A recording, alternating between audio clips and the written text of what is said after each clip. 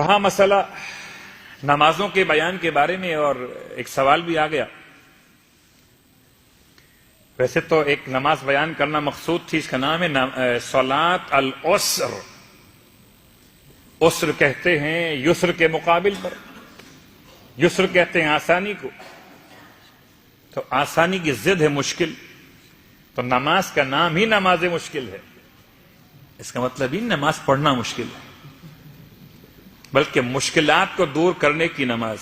گویا یوں کہیے مشکل کشا کے ماننے والوں کے لیے مشکل کشا نماز، 2 رکعت نماز، جس کو روایت میں امام جعفر صادق علیہ الصلوۃ والسلام سے بیان۔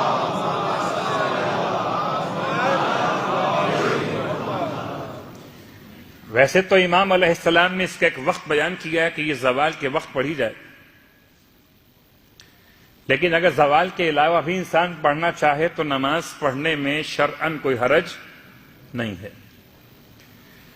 اور جب کوئی بہت مشکل آپ کے لیے واقع ہو، کسی کام میں ایسے پریشان ہو کر کہ کام بالکل بند ہو گیا ہو، جسے کہتے ہیں کہ بالکل رکاوٹ واقع ہو گئی، لوگ رکاوٹ دور کرنے کے لیے تعویذ ڈھونڈتے ہیں، عامل ڈھونڈتے ہیں، عامل کی اپنی رکاوٹ کھل جاتی ہے، آپ کی کھلے کہ نہ کھلے، وہ آپ سے درہم دینار لے گا نا۔ تو نماز بیان کی ہے، یا تو یقین کیجئے کہ امام علیہ السلام نے مجھے اور آپ کو ایسے ہی چھوڑ دیا تھا کہ جانا پیروں فقیروں کے پاس، ان سے پوچھ لینا، یا کوئی حل بتائے تھے مسائل کے؟ اگر بتائے تھے تو کیا ہیں؟ کبھی نماز کی شکل میں ہیں، کبھی روزے کی منت کی شکل میں ہیں، اور کبھی کسی اور اعتبار سے کسی مسکین کی امداد کی نیت کے اعتبار سے ہیں۔ ایک نماز عسر، یعنی مشکلات کو دور کرنے والی نماز۔ رکعت اول میں الحمد کے بعد سورہ مبارکہ اخلاص کی تلاوت 1 مرتبہ۔ رکعت اول میں نیت نماز عسر پڑھتا ہوں، 2 رکعت۔ اچھا، میں یہ بات اس سے پہلے کہہ چکا تمام نمازوں کے لیے کہ جو نمازیں معصوم سے روایت شدہ ہیں ان میں یہ نیت کی جا سکتی ہے کہ سنت قربتاً الی اللہ یا مستحب قربتاً الی اللہ، اور اگر یہ نہ بھی کہا جائے تب بھی ہر نماز کے لیے اتنا بھی کافی ہے، قربتاً الی اللہ۔ اگر کوئی انسان یہ بھول جائے کہ روایت کون سے امام کی ہے، سنت کہوں نہ کہوں، اللہ کے رسول نے اس نماز کو بیان کیا ہے تو مستحب کہوں نہ کہوں، اگر بھول جائے اور اگر نہ بھی بھولے اتنے پہ اکتفا کر لے۔ کچھ برادران نیت کرتے ہیں کہ جی نماز پڑھتا ہوں، منہ میرا قبلے کی طرف ہو کے باوضو الا الا الا الا آخر، اور وہی الا بھول جاتے ہیں قربتاً الی اللہ۔ سارے الا بھول جائیے مگر مت بھولیے قربتاً۔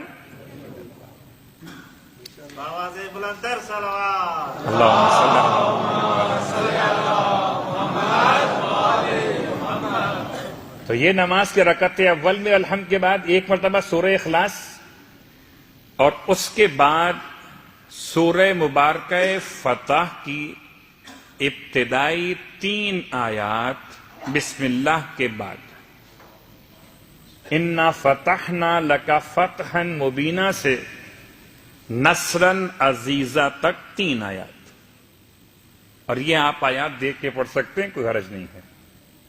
رکعت اول میں الحمد کے بعد 1 مرتبہ سورہ اخلاص اور 3 آیات سورہ مبارکہ فتح کی۔ رکعت دوم میں الحمد کے بعد 1 مرتبہ سورہ اخلاص، اور اس کے بعد سورہ مبارکہ علم نشرح لک صدرک۔ یہ بات یاد دلا دوں کہ مستحب نمازوں کے مسائل واجب نمازوں سے ذرا مختلف ہیں۔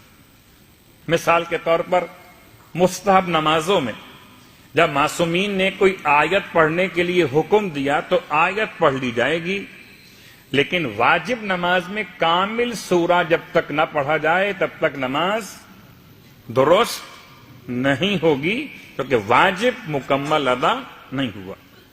تو علم نشرح لک صدرک کا ویسے آپ نہیں پڑھتے، اکیلا سورہ واجب نماز میں علم کے بعد یہ والا، جب تک کہ اس کا پیار مکمل نہ کر لیا جائے۔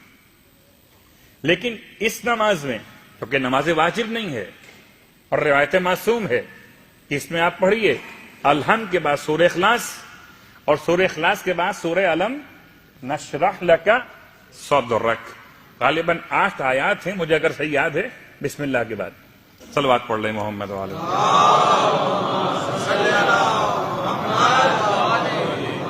تو یہ نماز تو تھی صرف نماز، اس میں کوئی آگے پیچھے کوئی دعا تسبیح وغیرہ نہیں ہے، تو بہت سمپل سی نماز ہے۔ جب کبھی گلا یہاں تک آ کے بند ہو جائے اور آپ چاہتے ہو کہ اب اینٹی بائیوٹک استعمال کی جائے، تو یہ نماز اس وقت پڑھیے گا جبکہ آپ سمجھ رہے ہو کہ اب اس کے علاوہ کوئی اور چارے کار نہیں ہے۔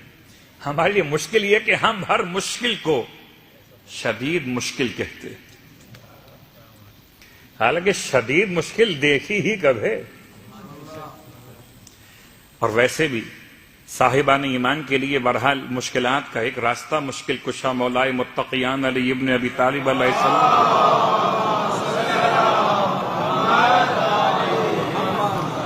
مولا کے نام سے آسانیاں پیدا ہو جاتی ہیں، اور یہ نماز بھی معصوم کی بارگاہ سے ملی۔